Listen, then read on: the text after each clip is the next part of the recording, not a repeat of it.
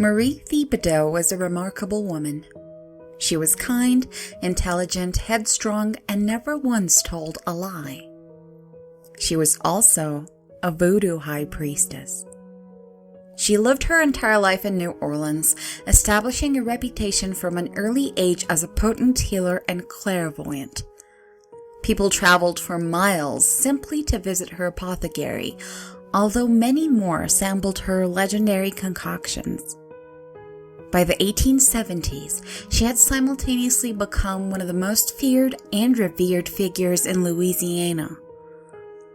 In 1881, a landowner named Jacob Parrish traveled to New Orleans from Baton Rouge.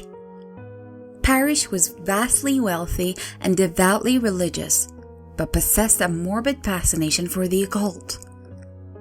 He had hired a platoon of ex-soldiers from the recently concluded Civil War, and with them, he marched down Bourbon Street and into Marie's store.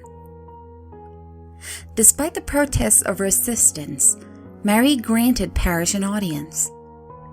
He had heard rumors that the great voodoo queen had discovered the secret to eternal life and demanded that she yield it to him. Never flustered, Marie corrected him. She had indeed discovered a ritual that would grant immortality, but only for a set period of time, 50 years to be exact. Once performed, the subject would rise again after his natural death, having no need for food, air, or water, immune to disease, and utterly impervious to bodily harm. After 50 years had elapsed, however, the subject would die once more, never to rise again.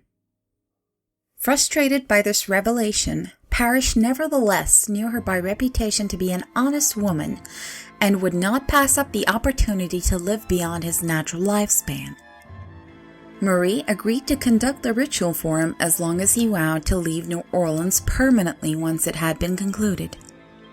Parrish agreed, and the ritual was performed.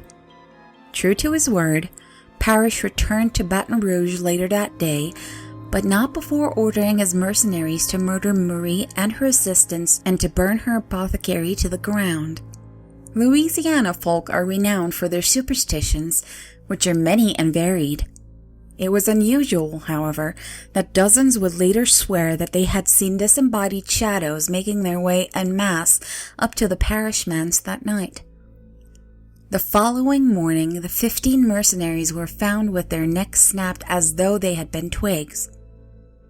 Parrish himself was discovered in bed, wide-eyed and apparently terror-stricken, his throat torn out with such ferocity that the state coroner was forced to conclude that a bear had somehow made its way into his locked second-floor bedroom. The hints of black magic were never lost on locals, however, who promptly buried all 16 bodies in Magnolia Cemetery the following day. Marie Thibodeau was a remarkable woman. She never told a lie, but that is not to say she never withheld the truth.